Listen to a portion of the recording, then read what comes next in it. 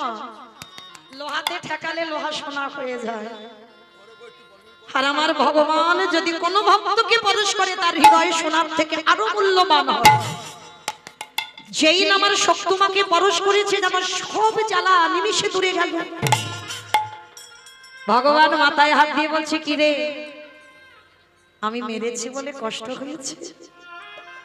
মানে শাশুড়ির রূপ ধরেছে তো, আমি মেরেছি কষ্ট হয়েছে? মা, ওই কষ্ট হয়নি তো। এই যে তুমি আমায় আদর করে দিলে। শক্তিমায়ের সর্বাঙ্গে হাত দিয়ে বলছে, একটা কাজ কর, ছেলে ঘুমাচ্ছে, তুই চলে যা, আমি দরজাটা খুলে দিচ্ছি, আর এই রাতের অন্ধকারে তুই চলে যা ভাগবত শুনতে। মা, তুমি অনুমতি দিচ্ছ আমার? হ্যাঁ দিচ্ছি। যা, যার এত প্রেম, যার এত ভক্তি, ঘরের বন্দী হয়ে আছে, জানালা দরজা বন্ধ করে কাঁদছে, যা চলে যা, একটু ভাগবত শুনে আয়। ভগবান শাশুড়ির রূপ ধরে অনুমতি দিল।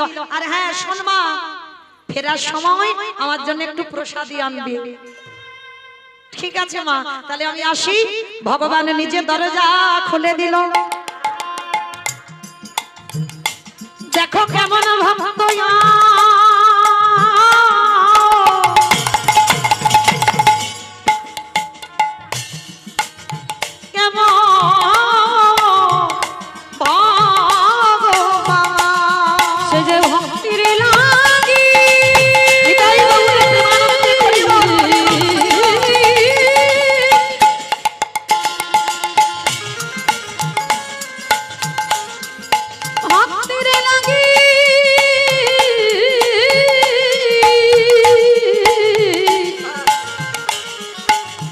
সবে করিতে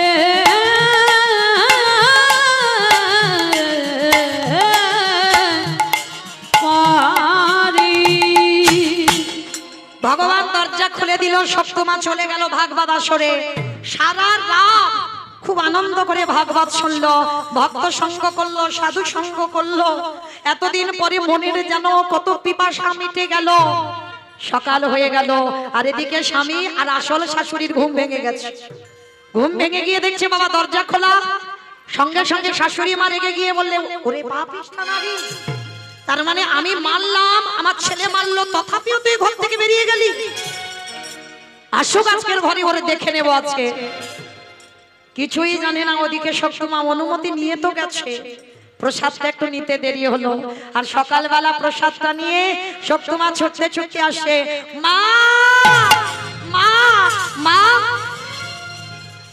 যেই না দরজায় দাঁড়িয়েছে দেখে না শাশুড়ি মার হাতে বেতের বাড়ি। ভয় পেয়ে গেল শক্তিমা,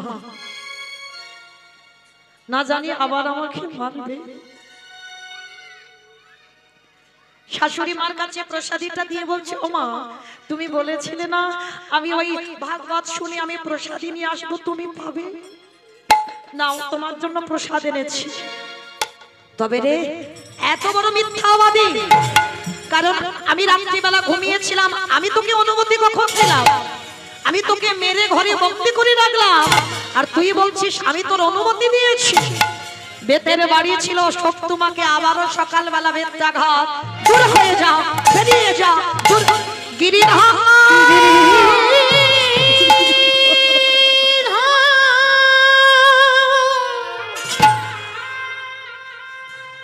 একেবারে দেখো দেখো না, ওগো তুমি নাকি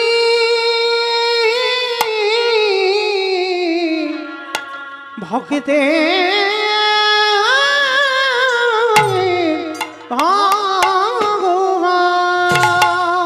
যত আঘাত দাও, দুঃখ দাও, জ্বালা দাও, যন্ত্রণা দাও, কিন্তু সহ্য করবার মতো ক্ষমতা দিয়ে তুমি পাঠিয়ে। আবারও সকালবেলা মেরে চুলের মুষ্টিটা ধরে বলে বলেন, এই মেয়ে, এঠো বাসন পড়ে আছে, জামা কাপড় পড়ে আছে, ঘর বাড়ি পরিষ্কার করতে হবে, কে করবে ওইগুলো? আগে চল দেখি। এদিকে ভক্ত বাৎসল্য ভগবান আমার ভগবানের নিজের খাতে ভক্তের এঠো বাসন মেজে দিয়েছে,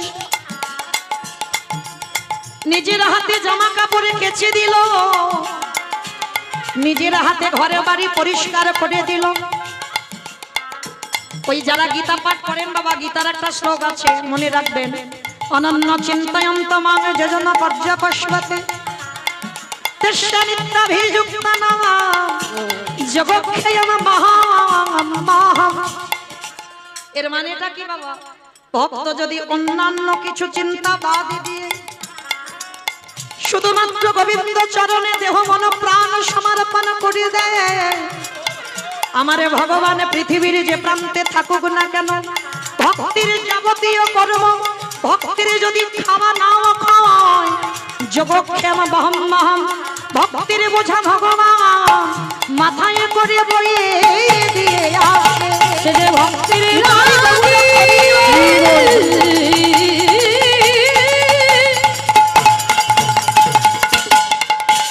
শক্ত মায়ের যেই না গলা ধাক্কা দিয়ে কলের ধারে ফেলে দিয়েছে, এঁঠো বাসন যেখানে ছিল বাবা মেজে পরিষ্কার করে রাখা, জামা কাপড় মেলে দেওয়া, ঘর বাড়ি পরিষ্কার।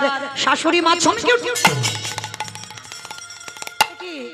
আমার ঘর বাড়ি এত পরিষ্কার, চারিদিক থেকে বাবা কৃষ্ণ অঙ্গ গন্ধ নাসিকা।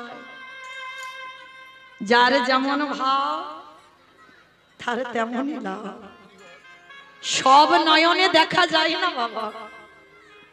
যারা দাঁড়িয়ে আছেন, যারা বসে আছেন, আমি কীর্তনিয়া সম্প্রদায়, এগুলো হলো বাবা তালবের সভা, সব মানে মরে আছে। দন্তের সভা সব মানে সর্বস্ব, আর তালবের সভা সব মানে মরা। ভগবান দেখতে গেলে এই দুটো নয়ন নয়, প্রত্যেকের জ্ঞান নয়ন আছে, প্রত্যেকের তিনটে নয়ন প্রত্যেকের আছে। যদি একবার গুরুচরণ আশ্রয় করে তুমি তোমার কুলকুণ্ডলী জাগরিত করে, তুমি যদি সহস্রদল পদ্মে গিয়ে তোমার আজ্ঞা চোখ খুলে দিতে পারো, যেতে হবে না বৃন্দাবনে, যেতে হবে না নবদ্বীপে, যেতে হবে না হরিদ্বার, পশ্চিম ভারত, দক্ষিণ ভারত, কোথাও যেতে হবে না, ও কুম্ভ মেলায় স্নানও করতে হবে না। যা আছে বিশ্ব ব্রহ্মাণ্ডে তাই আছে তোমার দেহ ভাণ্ডে। যে একবার নিজেকে চিনতে পেরে যায় তাকে কোনোদিন তীর্থে যেতে লাগে না, সে ঘরে বসে ওই হৃদয়ে রাধা গোবিন্দ যুগল দেখতে পেয়ে যায়।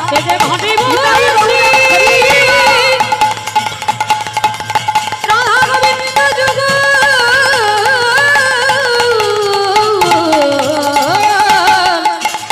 দেখতে পেয়ে শক্তমা পাগলিনীর মতো কাঁদলেও গিরিধর, সেই যদি আমার কর্ম তুমি করে দিলে, আমি জানি এরা ঘোর নাস্তিক, তাহলে আমার জন্য যদি তুমি আমার কর্ম করে দিলে, একবার সাক্ষাতে তুমি দেখা দাও। কি গো, ভক্ত যদি কায় মনোবাক্যে ডাক দেয় আর থাকতে পারবি?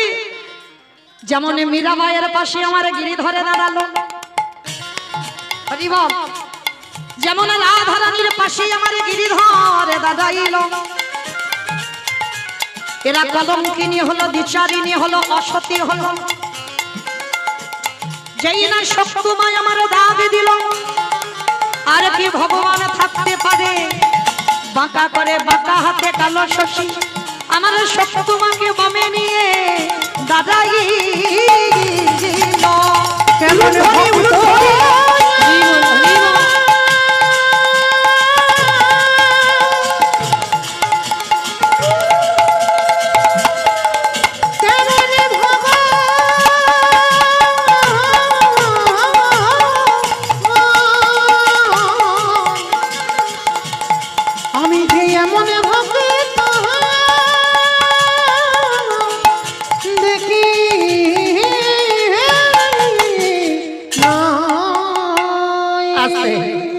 আজকে সাক্ষাতে শাশুড়ি মা দর্শন করলো, ভগবান ওই বাদির ঘরে দাঁড়িয়েছে, দৈববাণী করলো, আর ওই স্বামী শাশুড়ি চরণ তলে লুটিয়ে পড়লো।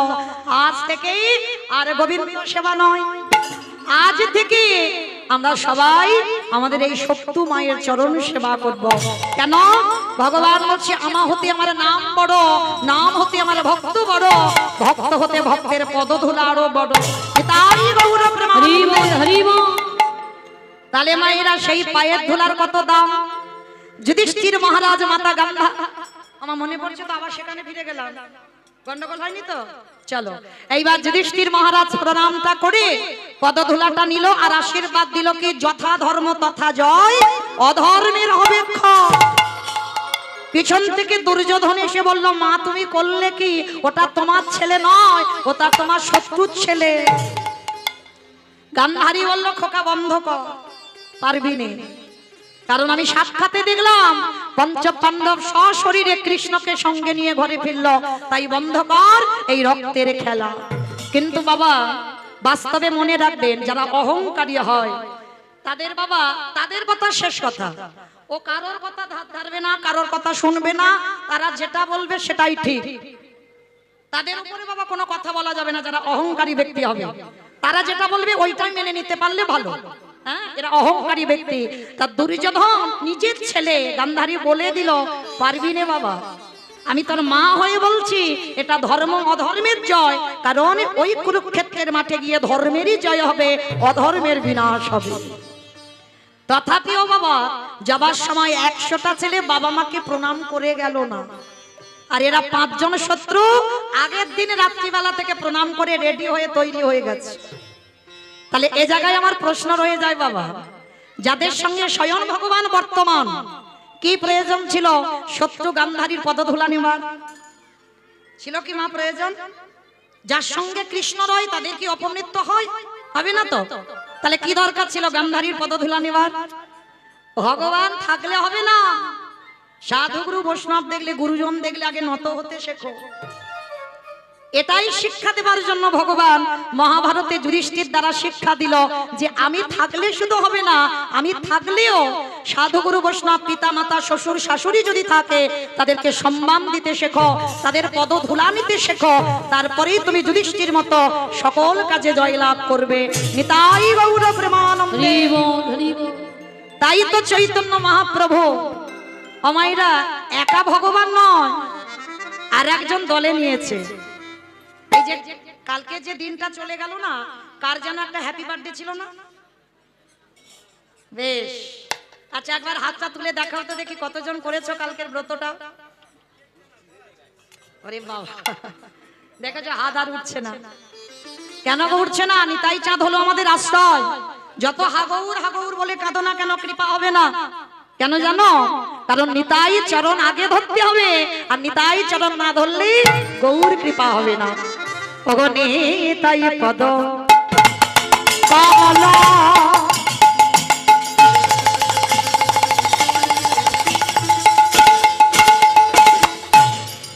কোটি চন্দ্র সুশীতল নিতাই পদ কমলা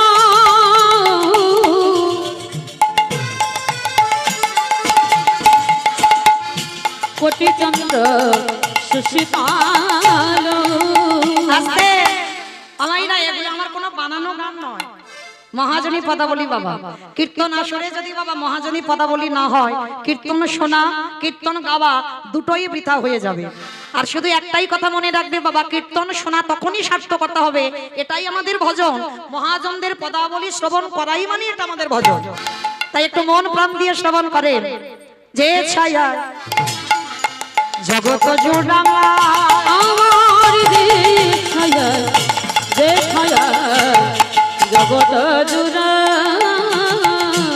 হেন নিতা বিনে রে ভাবা দয়াল নিতা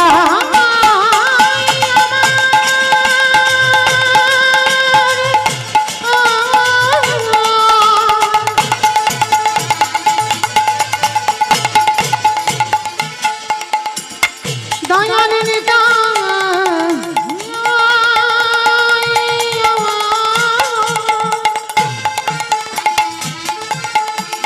দয়াল নিতা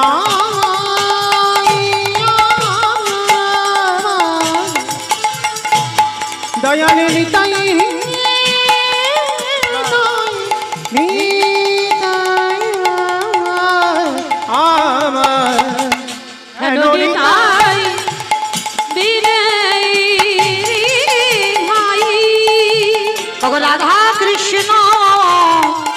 পাইতে নাই তোমরা বিরোধী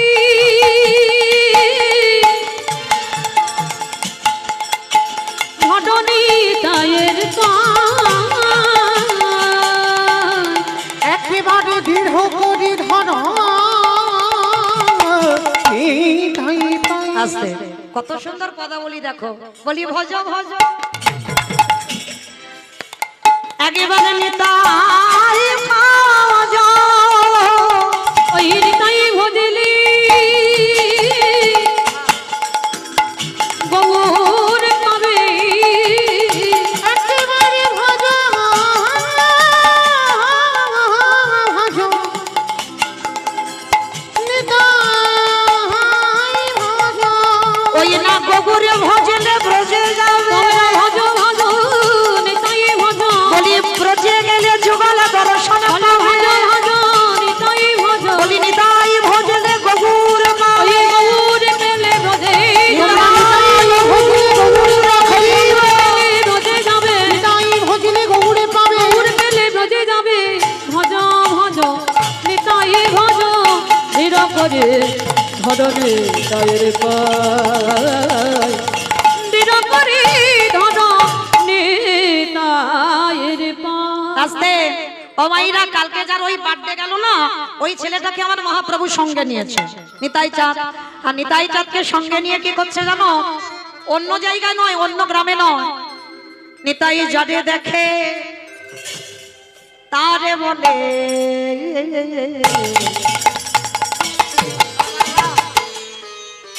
দন্তে তৃণ ধরি ধরিরি জরে রেখি তারে বলে উগদন্তে তৃণ ধরি রে। আস্তে মাইরা, এই জায়গাটা একটু মন দিয়ে শুনবে কেমন? নিতাই যারে দেখে তারে বলে দন্তে তৃণ ধরি। আচ্ছা মা, তৃণ মানে কি গো? খড় খড় তৃণ মানে খড়, বাবা তৃণ মানে ঘাস। আচ্ছা মা, আমি হরিনাম করছি, কই দাঁতে ঘাস নেই নি তো? আমি কি নিচ্ছি ঘাস? নেই নি তো। আর নিতাই চাঁদ হরিনাম দিচ্ছে, দাঁতে ঘাস নিচ্ছে কেন? ধ্যাৎ, কিছু জানে না। এই ঘাস নেওয়ার একটা কারণ আছে। কারণ কি জানো? জানো না তো, শুনে নাও। একটা ছোট মানুষের কাছেও জানা যায়, ওই জন্য তো কীর্তন। এই নিতাই চাঁদ ঘাস নিয়েছে কেন জানো? নবদ্বীপের তখনকার সমাজে একটা নিয়ম ছিল। যেমন ধরো, আমাদের সমাজে একটা নিয়ম আছে বাবা, যদিও বা আমরা মানি না, কিন্তু যারা মানে তারা ঠিক মানে। আমাদের সমাজে নিয়মটা কি? এই যে আপনারা বসে আছেন, আমার থেকে অনেকে জ্যেষ্ঠ বা জ্যেষ্ঠা, অনেক গুণীজন, মানে আপনাদের চরণে আমি অনেক অনেক ছোট, মানে সন্তান সম। তাহলে এই যে আপনাদের চরণে আমি দাঁড়িয়েছি বাবা, আমি গান গাইছি বটে, কীর্তনিয়া হয়েছি বটে, কিন্তু আমার স্বভাব, আমার আচরণটা যেন বাবা একটু নত ভাব হয়। মানে আমি বড় কীর্তনিয়া, আমার মধ্যে আমিত্ব, এইটা আমার সমাজে নিয়ম নয়। সবার আগে তোমাকে নত ভাব হতে হবে। কেন? তুমি যাদের সামনে দাঁড়াচ্ছ তারা তোমার থেকে গুরুজন, তারা গুণীজন। এটা আমাদের সমাজে নিয়ম বাবা। যারা মানে তারা মানে, যারা মানে না তাদের কথা বাদ দাও। কিন্তু মহাপ্রভুর সমাজে একটা নিয়ম ছিল যে গুরুজনদের সামনে কথা বলতে গেলে তোমাকে দাঁতে ঘাস নিতে হবে। আর দাঁতে ঘাস নিলে কি বুঝবে? যে কথাটা সত্যি বলছি বা কথাটা বিনতার সহিত বলছি। মানে আমাদের ভাব যেমন নত, হাত জোড়ো করে নত হয়ে কথা বলো, মহাপ্রভু আমলে দাঁতে ঘাস নিয়ে কথা বলো। মানে রূপ গোস্বামী আর সনাতন গোস্বামী যখন প্রভুর চরণে এলো তখনও দাঁতে ঘাস ছিল। কেন? আমার বলতে কিছু নাই প্রভু, আমি তোমার চরণে দিয়েছি। তার নিতাই চাঁদ দাঁতে ঘাস নিয়েছে। আর ঘাস নিয়ে কি করছে জানো? নবদ্বীপের অলিতে গলিতে যারে দেখে তার পদ ধরে বলে, এই জায়গাটা শুনে নাও, বসো। তোদের ঘরে আমি বাসনে মেজে দেব, তোদের ঘরে আমি বাটনা বেটে দেব, তোদের ঘরে আমি কাপড় রেখেছে দেব। আমি বলি নে, আমি বলছি না, নিতাই চাঁদ বলছে তোরা যা যা বলিবি আমি সব করে দেব, তোদের টাকা পয়সা দিতে হবে না, কিন্তু বিনিময়ে তোদের একটা কাজ করতে হবে। কি কাজ? তোরাই আমারে তোরাই আমারে কিনে নিল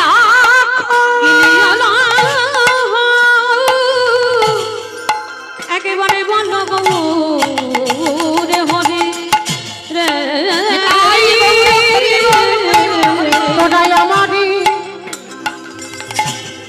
আমারে কিনিয়া না কিনে জানা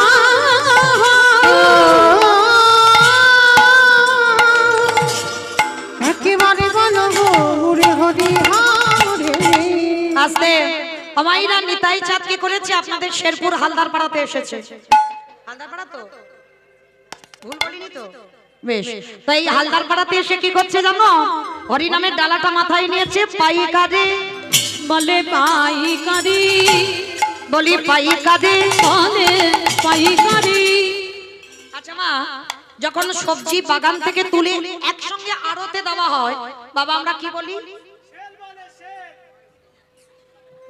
সেল বলে মাথা ঠিক নেই আমার মাথা ঠিক নেই আচ্ছা বলো মা কি বলে পাইকারি বেশ এই যে শেরপুর বাজারে হয় না পানের পাইকারি ভোর ভোর দেখেছি আমি কীর্তনে যাওয়া আসার পথে আচ্ছা এই যে পাইকারি মানে এক জায়গা দিচ্ছে তা নিতাই চাঁদ হরি নামের ডালাটা শেরপুর হালদার পাড়াতে এসে পাইকারি পাইকারে ভালো করে মনে রাখো মা এটাই তত্ত্ব আর একটা মানে বের করো পাইকারি বলে পাইকারি বলি পাইকারি পাইকারি বলে পাইকারি পাইকারি বাবা বুঝেছো মানে একসঙ্গে ঢেলে দেওয়া হচ্ছে মানে পাইকারি দেওয়া আর আরেকটা মানে হচ্ছে পাইকারি মানে পাইকারি আর পাইকারি এইবার নিতাই চাঁদ হালদার পাড়ায় এসে বাবা চারিদিকে দেখছে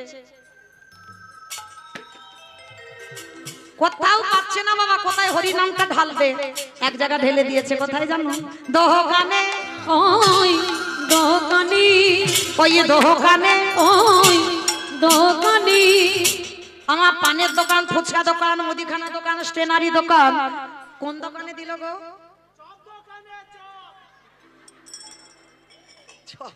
চপ দোকানে হরি নাম দিচ্ছে নিতাই চাঁদ তাহলে বলো দেখি যারা কীর্তন বোঝো কোন দোকানে দিল বাহ দোকানে এই দোকানি যারা দোকান খুলে বসে আছে হরি নাম দিল দোকানি যারা দোকান খুলে বসে হরি নাম দিল দোকানি এত বলি নিতাই চাঁদ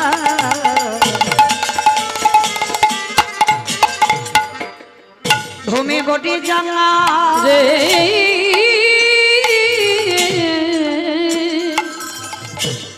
এত বলি নেতাই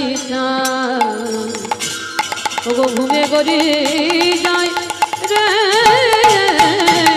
ওগো সোনার সোনারো পর্বত জানান পরে মতো যায়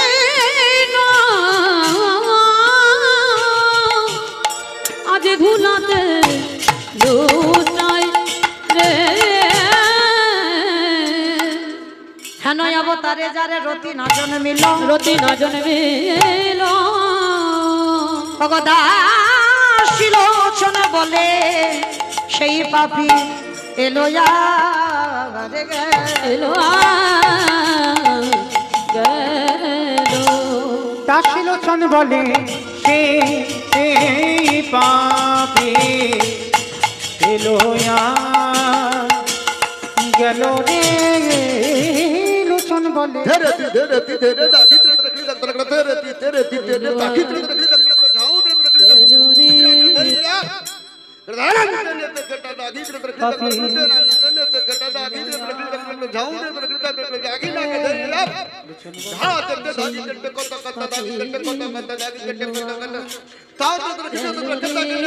দাসিলোচন বলে সেই পাপি এলো গেল রে বলে সেই পাবে এলো গেল রে দাসিলোচন বলে সেই বলে সেই পাবে এলো গেল রে দশলোচনে বলে সেই পাপি জনিতাই চলুন এবার আমরা সবাই আমার একটু যাবো বৃন্দাবন। তো এতক্ষণ যখন রয়ে গেলাম, কথায় কথায় বেলা বয়ে গেল। এবার সবাই দেখি একবার বলো তো দেখি, গোবর সুন্দর কি, নবদ্বীপে ধাম কি, ধ্বনিটা হলো কি?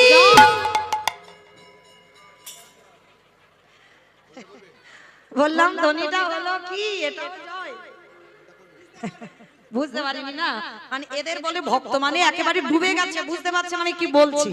আচ্ছা কই দেখি আমার নিতাই চাঁদ গৌরচাঁদের মতো হাত দুটো তোলো, যাদের আছে তোলো, যাদের নাই বলবো না।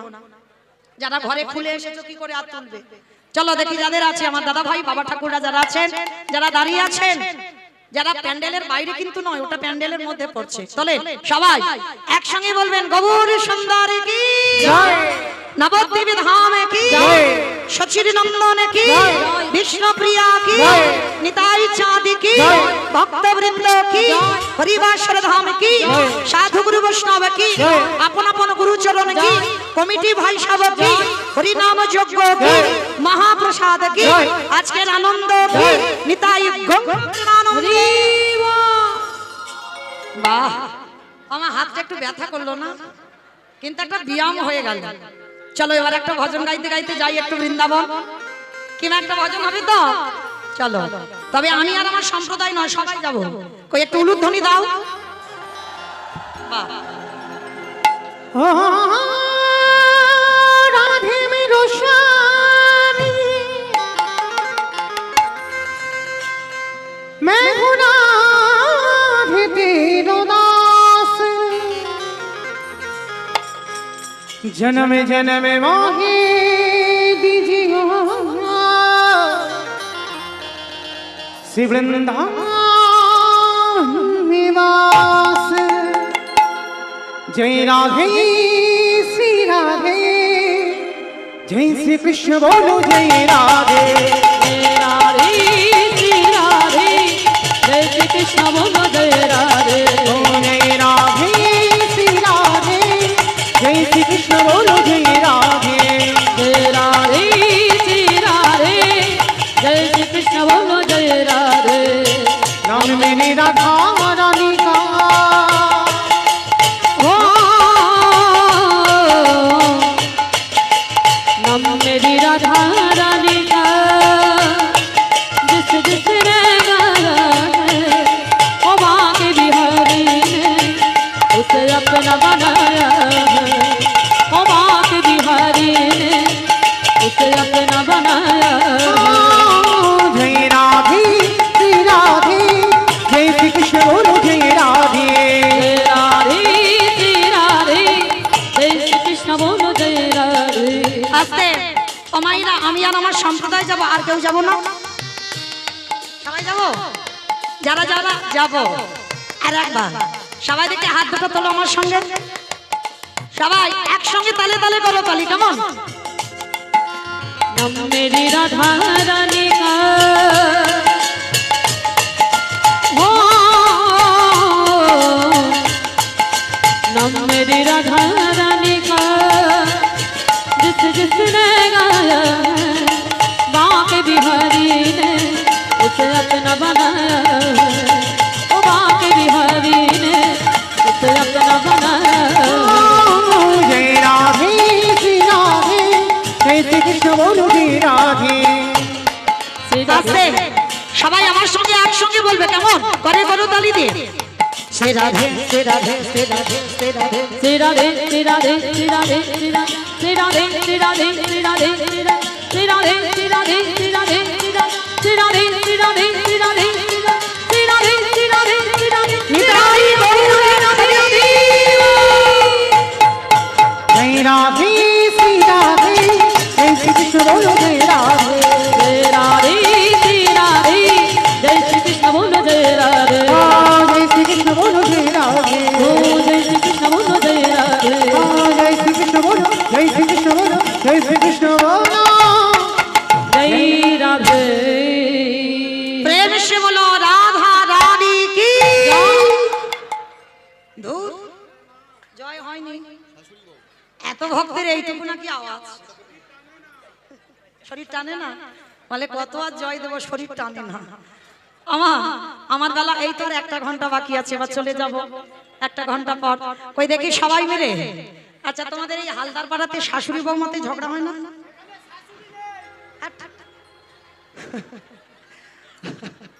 বেশি হয়, শেরপুর এলাকায় বেশি হয়। বাবা আমার 2টো দিদি বসে আছে, হরি বল। এই আমার 2টো দিদি মানে আমার আপন দিদি বসে আছে। তাহলে এরা ভালো করে জানবে শাশুড়ি বৌমাতে ঝগড়া হয় কি না হয়। আমিও ভালো করে জানবো। যদিও বলো হয় না, বলা ভুল হবে, হয়। আমার উস্তির এলাকায় একটু বেশি হয়, এখানে একটু কম হয়, কিন্তু হয়।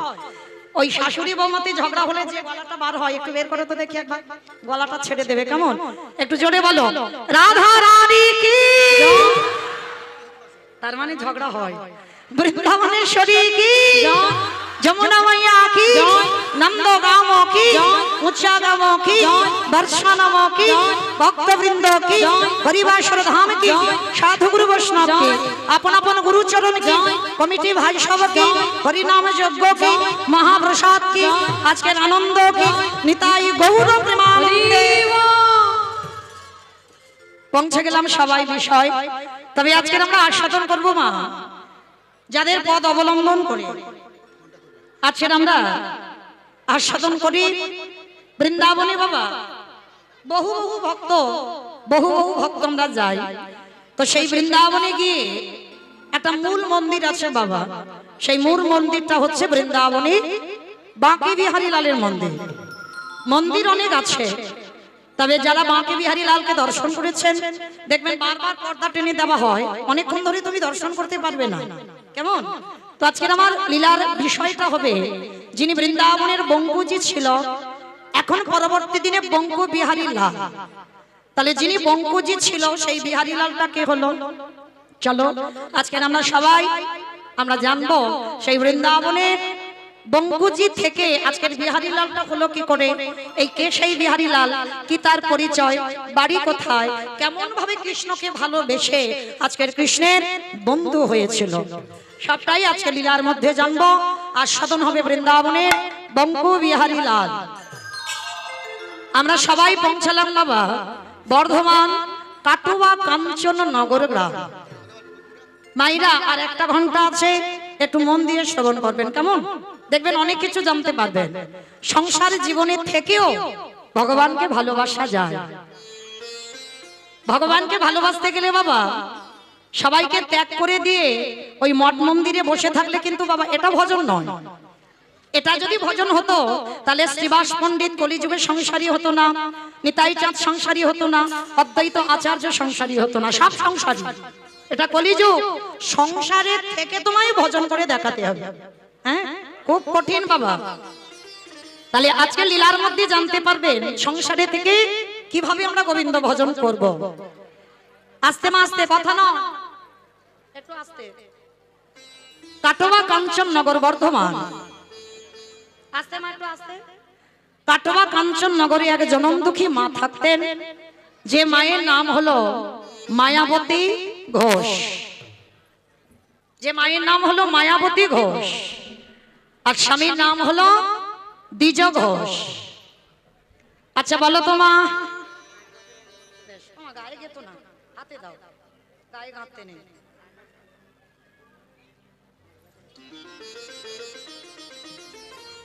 যারা এই মায়াবতী ঘোষ আর দ্বিজ ঘোষ এরা স্বামী স্ত্রী মাধুকরী করে যা কিছু পায় আমার গোবিন্দ সেবায় লাগায়, আর সেই প্রসাদী স্বামী স্ত্রী সেবা করে। একদিন মায়াবতী স্বামীর চরণ দুটো ধরে বলছে, স্বামী তোমার চরণে আমার একটা নিবেদন আছে। সে কি গো মায়া, এত বছর আমাদের সংসার, কোনোদিন তো তুমি এমন করে কথা বলো না। বলো কি হয়েছে? স্বামী আমার জন্য নয়, তোমার জন্য নয়, কৃপা করে করুণা করে আমাদের অবর্তমানে আমার প্রভু সেবা দেবে কে? ওই জন্য বলছিলাম কি, যখনই কথাটা বলা পুরুষ মানুষ তো বুঝতে পেরে গেছে, সঙ্গে সঙ্গে বলে বললেন চুপ করো, চুপ করো। ছি ছি ছি ছি ছি। মায়া তুমি শেষে আমার কাছে সন্তান কামনা করছো। মায়া সন্তানের সুখ দিতে পারে না, সন্তানের শান্তি দিতে পারে না, ওদের কাছ থেকে তুমি শুধু পাবে জ্বালা কষ্ট ব্যথা বেদনা অশান্তি ছাড়া তুমি কিছু পাবে না। স্বামী, আমি কি একবারও তোমারই বলেছি যে মহাভারতের মতো গান্ধারীর মতো আমার 100 ছেলে হোক? আমি তো একটা ছেলে চেয়েছি। মায়া, 100টা ছেলের মার যে জ্বালা, একটা ছেলের মার ওই একই জ্বালা।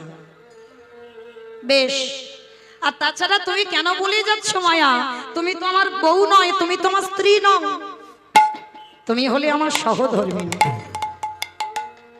এই জায়গাটায় মায়েরা আপনারাই মন দিয়ে শুনবেন, আমরা যতগুলো নারী আছি এখানে সবাই আমরা বউ হয়েছি, সবাই আমরা স্ত্রী হয়েছি, সবাই কিন্তু এখানে সহধর্মিণী নয়। এতগুলো নারীর মধ্যে বাবা একটা মিলবে কি তা সন্দেহ? সহধর্মিণী কাকে বলে? স্বামী যদি অসৎ পথে চলে যায়, নেশাগ্রস্ত মাতাল, জুয়া খেলে, তাস খেলে, একাদশী করে না, হরিবাসরে 5 মিনিট দাঁড়ায় না, ভাগবত আসরে যায় না, মানে ভগবানের নামই কানে যায় না, যদি তুমি সেই ঘরের ঘরণী হও, তুমি যদি তোমার স্বামীকে ঠেলে কৃষ্ণ ভজনে দিতে পারো, তাহলে তুমি লোকে জানতে হবে না, তুমি নিজেই জানবে তুমি বউ নয়, তুমি স্ত্রী নও, তুমি হয়েছে সহধর্মিণী। শুধুমাত্র যে জন স্বামীর ধর্মের কাজে সাহায্য করবে আর অন্য কিছু নয়, সেই হয় জগতে সহধর্মিণী। আর মায়া, চলো আর দেরি নয়, আমার প্রভু সেবা পূজার সময় হয়ে গেল। স্বামী, কথা দিলাম আজকের পর থেকে আমি জীবনে ভগবানের কাছে আর কিছু চাইবো না। বেশ, এইবার দিন যায়, মাস যায়, কিন্তু ভক্তের মনের যে কি ব্যথা সেটা কি আমার ভগবান জানে না? হঠাৎ একদিন দৈববাণী করে বলল, মায়াবতী,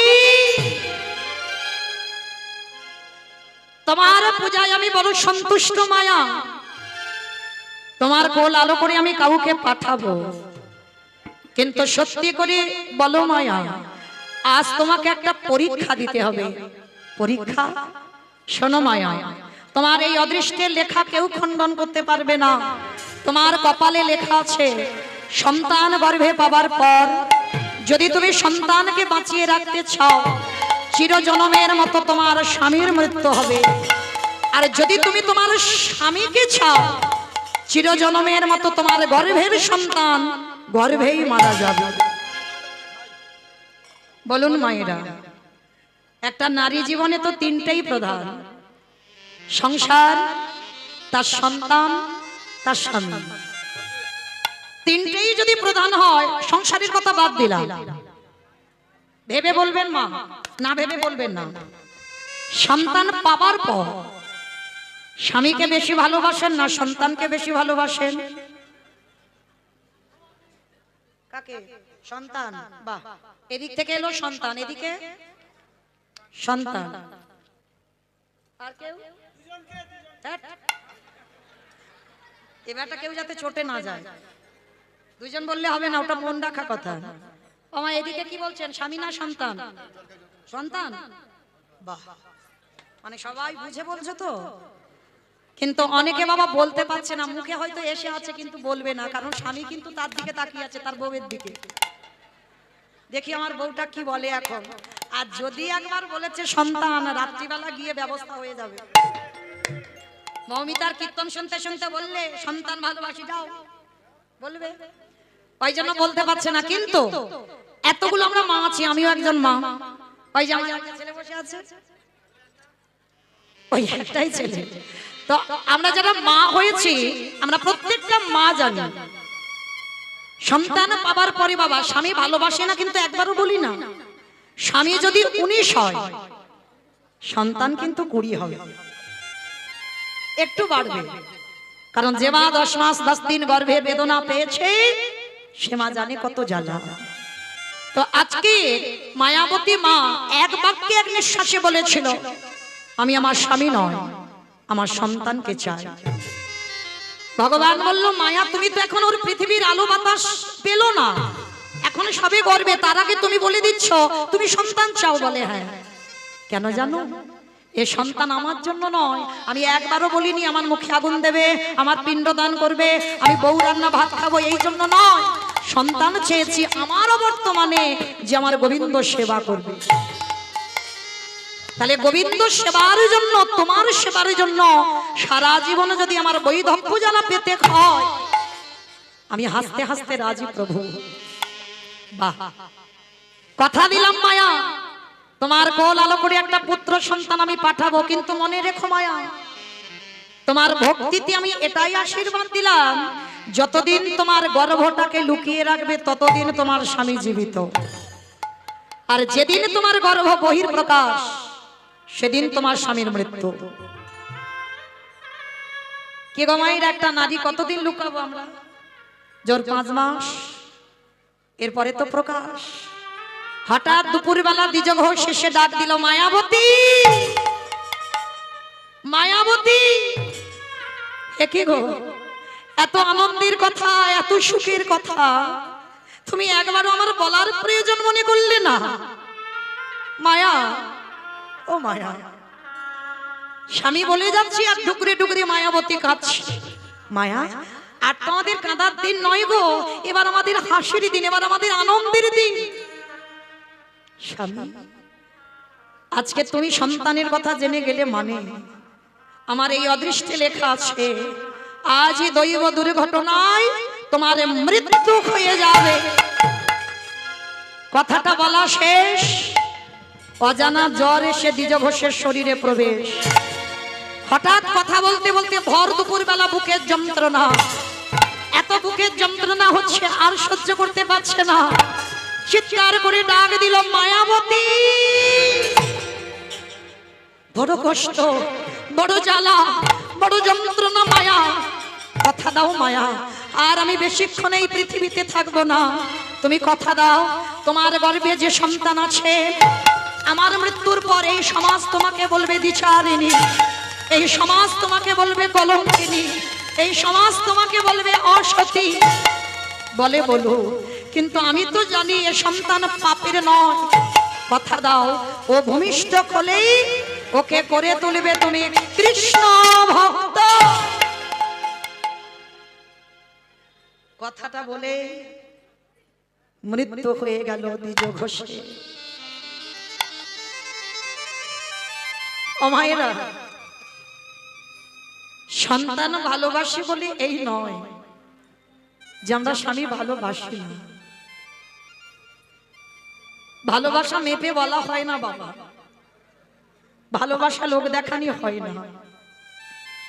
1 কিলো ভালোবাসি, 2 কিলো ভালোবাসি, 5 কিলো ভালোবাসি, ভালোবাসা মাপা যায়? ভালোবাসা হৃদয়ে থাকে, প্রকাশ নয়। মৃত্যু হয়ে গেল স্বামীর মরা দেহটা, মাথাটা কোলে করে নিয়ে কাঁদে আর বলে, দয়াময়, সংসার চেয়েছিলাম, সন্তানও চেয়েছিলাম, আমার জন্য নয়, সন্তানটা শুধু তোমার সেবার জন্য চেয়েছিলাম। গ্রামের লোক যখনই খবর পেল দ্বিজ ঘোষের মৃত্যু হয়েছে, সবাই ছুটতে ছুটতে এসে বললেন, এই মায়া, তুই একজন দ্বিচারিণী, কলঙ্কিনী, অসতী, তোর গর্ভের পাপের কথা শুনেই তো তোর স্বামীর মৃত্যু হয়ে গেল। কাউকে বোঝাতে পারলো না, কাউকে জানাতে পারলো না যে সন্তান পাপের সন্তান নয়, এ সন্তান আমার স্বামী। গ্রামের লোকজনেরা সবাই বললেন, ওকে বের করে দে, ওকে বের করে দে গ্রাম ছেড়ে, ও যেন আজই রাতের অন্ধকারে ও যেন গ্রাম ছেড়ে বেরিয়ে যায়। দয়াময়, আমি তো বলিনি সুখ দাও, সংসার দাও, সন্তান দাও, সব দিয়ে যদি কেড়ে নেবে, কে বলেছে এমন সংসার দিতে? ও গো দয়াময়,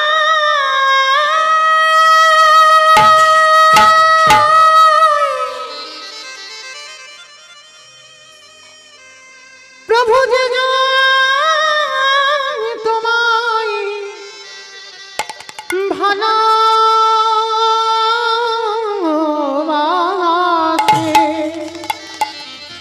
বলো না দয়াময়, তারে কি এমনি করে কাঁদিতে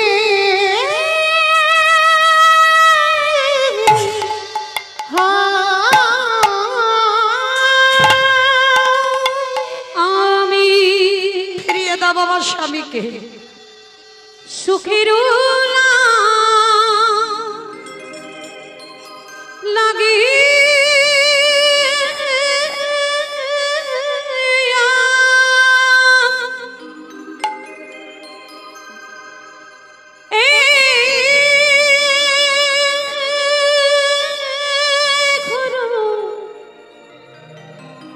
বান্ধিলু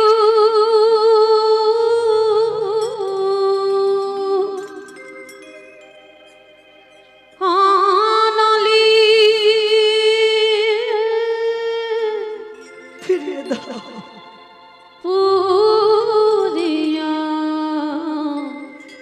ফিরিয়ে দাও গেল রে কি এমন অপরাধ করেছিলাম দয়াময় অনলি পুরিয়া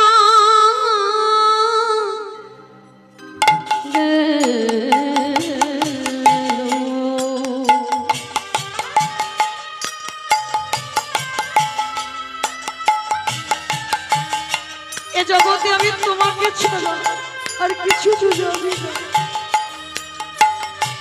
সবাই আমায় বিচারিনি কলঙ্কিনী অসতী বলে।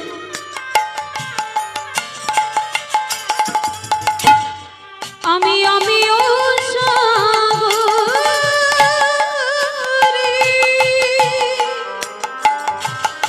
আমি কোনোদিন তোমার কাছে সুখ চাইনি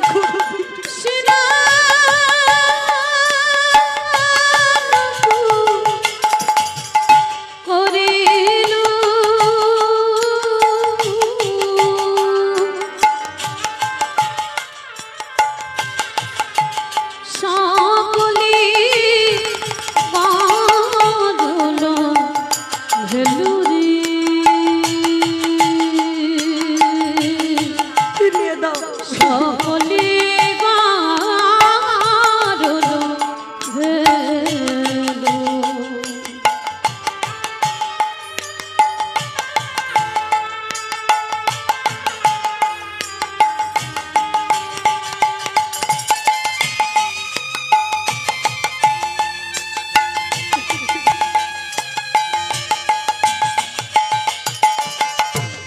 আমি সাগর সেতে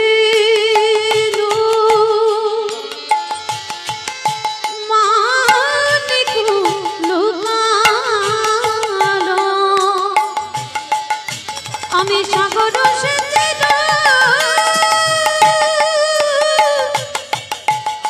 ওই মানিকুলু লুকালু এই অভাগিনী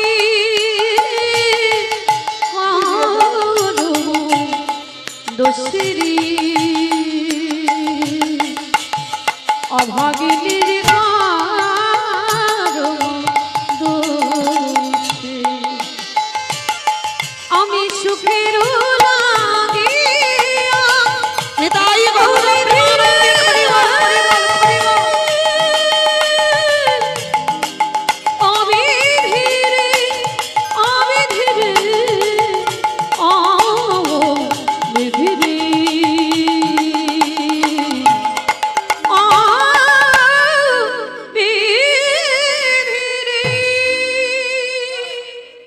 নয়নের জলে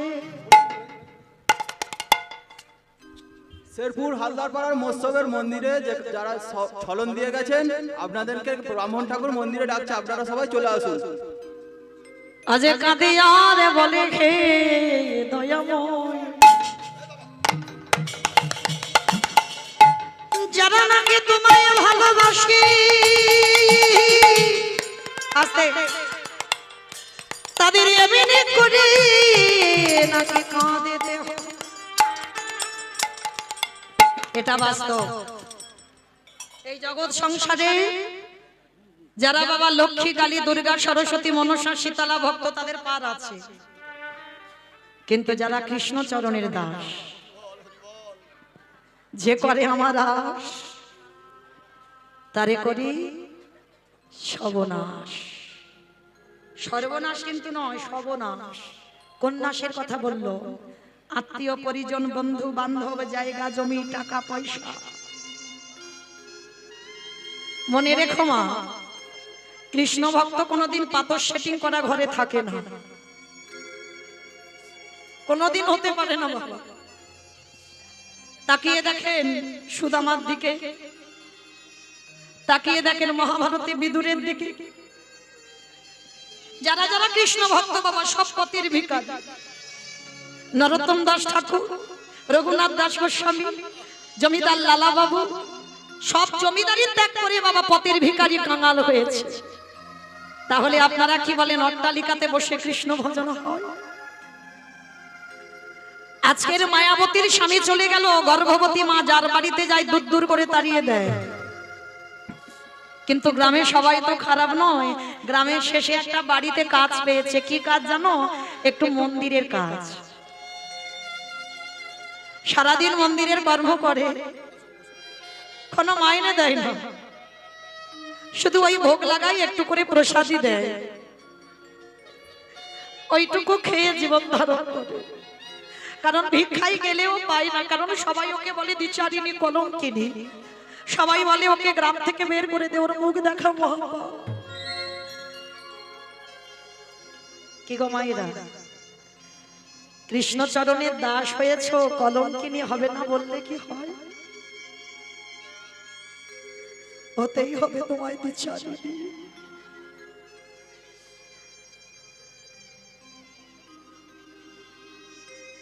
মায়াবতী সারাদিন কাজ করে, দেখতে দেখতে 10 মাস 10 দিন পর মায়াবতীর কোল আলো করে ফুটফুটে একটা পুত্র সন্তান এলো। অভাবের সংসারে মায়াবতী হলো তার বাবা, মায়াবতী হলো তার মা। নাম রেখেছে ছেলেটা বিহারী লাল। দিন যায় মাস যায়, ছেলেটা একটু বড় হলো, 5 বছর। আর ওই 5 বছরের ছেলে মা খাবার বিকালবেলা আনে, ছেলে তবে খায়। সকাল থেকে কিছু খাবার পায় না, কারণ বাড়ি গেলেও তো খেতে দেবে না, ওর মা ভালো নয় বলে। তা ভগবান আজকের কিরকম পরীক্ষায় ফেলেছে দেখো। মা গেছে কাজে কিন্তু কিছু খাবার পায়নি, আত্মীয় বাড়িতে গেছে ভগবানের ভোগ লাগায়নি, শূন্য হাতে মা ফিরছে। ছোট্ট 5 বছরের বিহারী ছুটে এসে মার কোমরটা জড়িয়েছে। ও মা, মা গো মা, বড্ড খিদে পেয়েছে, একটু খেতে দাও না মা। বলেন তো বাবা, বাবা বলো আর মা বলো, সন্তান যদি বাবা মার কাছে খিদের কথা বলে আর যদি বাবা মা দিতে না পারে, এর থেকে কষ্ট কি পৃথিবীতে আর কিছু আছে বলে মনে হয়?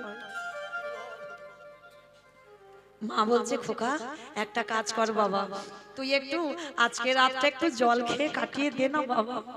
ও মা, সকাল থেকে তো জল খেয়ে আছি,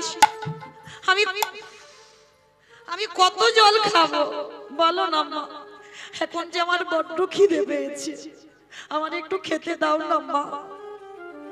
মা মনে মনে করলো আমি আছি বলে আমার ছেলে এত কষ্ট পায়, আর আমি যদি পৃথিবী ছেড়ে চলে যাই তাহলে সবাই একে অনাথ ভেবে একে খেতে দেবে। তাই মা সিদ্ধান্ত নিল আজকের কোনো রকমে ছেলেটাকে ঘুম পাড়িয়ে আমি ওর কাছ থেকে চিরজনমের মতো ওই গঙ্গায় ঝাঁপ দিয়ে আত্মহত্যা করব। আর দেখবেন বাবা, সন্তান যত বড় হোক বাবার কাছে বড় হয়, কিন্তু মা মার কাছে সেই সবসময় ছোট ছোট থাকে। মায়ের কোলের কাছে সবসময় ছোট ছিল, মাথায় হাত বুলাতে বুলাতে ছোট বিহারী লাল ঘুমিয়ে পড়েছি। রাতের অন্ধকারে মায়াবতী মামার ভগবানের চিত্রপট আছে, ভগবানের চরণে গিয়ে জানাচ্ছে দয়াময় আমার ছেলেটা রইল, তুমি দেখো ওর অন্তিমে সবাই যেন কৃষ্ণ চরণ প্রাপ্তি হয়। আমি আসি প্রভু, আমি শুধুমাত্র আমার বিহারীকে আমি তোমার চরণে দিয়ে দিলাম। ওরে বিহার নিতাই গৌর প্রেমানন্দে হরি বল হরি বল হরি বল। আমি চলে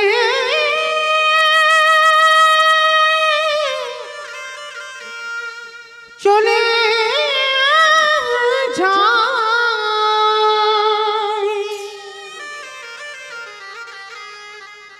আরে কোনদিন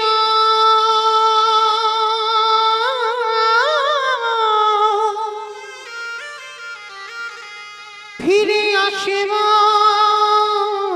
না রে। যেই না মা একটা পা তুলেছে, পিছন থেকে ছেলেটা ঘুম থেকে উঠে মার আঁচলটা টেনে ধরেছে। মা, মা, কোথায় চলে যাচ্ছ? তুমি আমাকে একা ফেলে রেখে, জগতে তোমার কেউ নেই।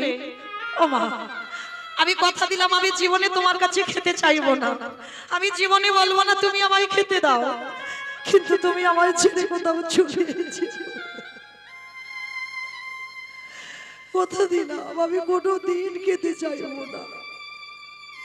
খোকা, কাঁদিস না বাবা, আমি কথা দিলাম যতদিন এই দেহে প্রাণ থাকবে আমি তোকে ফেলে কোথাও যাব না। ছোট্ট বিহারি মার কোমরটা ধরে বলছে, ও মামা একটা কথা বলবো? বল। ও মা, পাশের বাড়ি দেখি আমার বন্ধুরা গোটা গোটা চালের অন্ন পায়, আমি কি কোনোদিন গোটা চালের অন্ন খেতে পাবো না? কত গরিব দেখেন বাবা, কোনোদিন গোটা চালের ভাত দেখেনি চোখে, 5 বছর বয়স। ও মা বলো না, আমার কৃষ্ণ কি পারে না আমাদের একটু বড় লোক করে দিতে? সঙ্গে সঙ্গে মায়াবতী মুখে হাতটা চেপে ধরে বলেন, চুপ চুপ, খবরদার, জীবনে বড় লোক হতে চাস না বাবা। খোকা রে, এই জগৎ সংসার মাঝে ওই অট্টালিকাতে যদি একেবারে বসে পড়ে,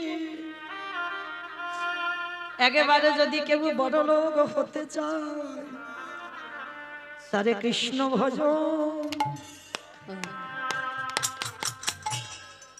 ভজন বিফল হইব।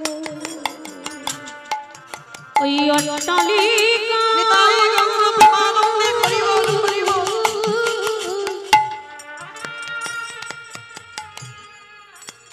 কৃষ্ণ ভজন করলে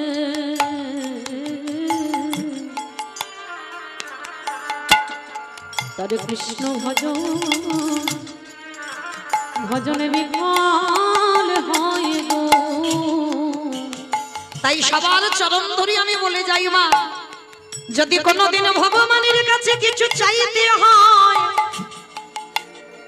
এই জগৎ সংসারে প্রতিটা ভক্তই আমরা হয়ে আমরা যেন ভগবানের কাছে একটাই কথা বলতে পারি, কৃষ্ণ রে আমি যেন সারা জীবন কাঁদিতে পারি। আমি আর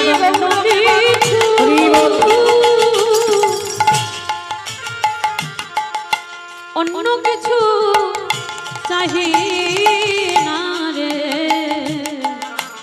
আমি যেন সারা জীবন কাটতে পারি। ওরে কৃষ্ণ রে,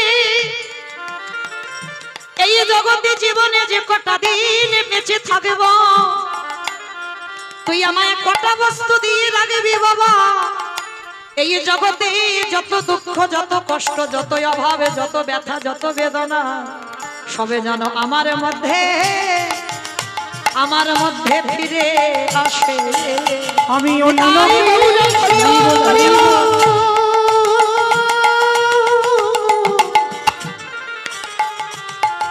আমি অন্য কিছু চাহি না কৃষ্ণ, সব বেদনা আমার মধ্যে